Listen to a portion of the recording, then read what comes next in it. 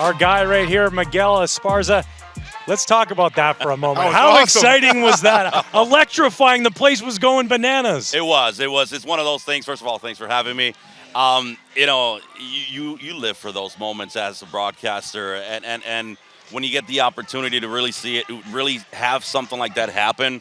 In my mind, there's parts where I don't remember what I said until I saw that video over again, because it was just so exciting. And to see it for Christopher Morel, see it against the White Sox, obviously it makes it even better, and just the way the crowd exploded, it was just an amazing feeling all around. Okay, Miguel, so you know the gravity of the moment, right? Yes. Like you understand yeah. that this hit means a lot. Yes. Now, do you prepare for that? You know that your call is going to Right. live on possibly forever. Yeah. And this is one of those moments that could be a turning point in the season. Do you prepare for moments like this, or does it come out just naturally? No, it comes out naturally. It's one of those things that I want to, as a radio broadcaster, I want to make sure that I'm painting the picture.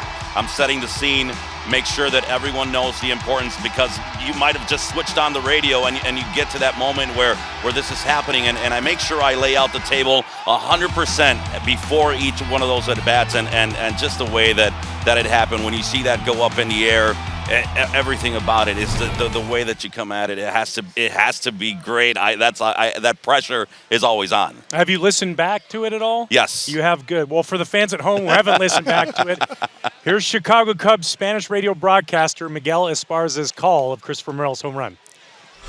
Morel se quedó. Lanzamiento. Le pone el bate. Lo manda volando al jardín central. ¡Se fue! ¡Home run! Christopher Morel la botó.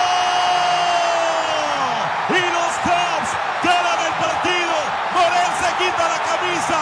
Empiezan a brincar en la lomita llegando al plato.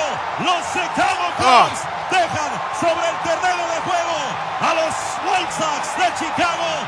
Morel, walk-off, Morel la ganó. Los Chicago Cubs 4, los White Sox 3. This is unbelievable. Like, I want to take off my shirt right now. You know what I'm saying? Just that I'm not as ripped as Morel. I'm I trying, don't know though. about that. Zep, I'm it wasn't trying. just a walk-off. It was tarps off, too, as we saw. Oh, man. Yeah, talk us through. I mean, that is just so special. That's Thank a you. moment that Thank you you. can enjoy. Thank you for sharing that with everybody, because I just got goosebumps. I listening to know, that I again. know. Yes. Thank you. Once again, it's just being in the moment and making sure that you give our fans the best of, like, for me, the best of my ability to make sure that they're in the moment with us. You know, I had a conversation with Morel after the Toronto's series, and he had been having a little bit of a tough time. And we talked about something that he says to himself: just get back to being slow and early at the plate. Right. So here I am feeling like a big brother, that we had a really big, important conversation. So the moment for me was absolutely huge, and he comes through, and I would like to think like, hey, we talked about this. I want to feel part of it. But one of the things that I'm going to tell him is that call right there, you clip that off them. You clip it off and you keep Save it. that. And you keep on playing it in your mind. You listen to it. You go to sleep to it. That's the kind of feel you want to have. It builds your confidence. So trust me, this could play, for years to come in Morel's head. It could be part of his preparation. And it's been cool to have the relationship with Morel. And when his first home run for his career, he would tell me, like, I repeat "la botó" every time. Like, he's on it. So he sends me a message, hey, you have the call for me, or I can't find it. So he's always he's a fan of it, and I appreciate it, because it's the same deal. Creating a good relationship with a young player, and one of the most humble human beings that you can find. Zep, what a story! Because if you listen, if you hear and you read about how he has overcome so many obstacles to get to this precise moment. This could be the turnaround point for the Cubs. This is the best position they've been in since the beginning of the season. And here they are looking down at a possible berth into the postseason. And this home run could be it. Now they're riding this momentum. This is absolutely huge. Yeah, I was thinking about exactly that. When I saw that picture, our guy Scotty took an unbelievable photo of him coming around first base.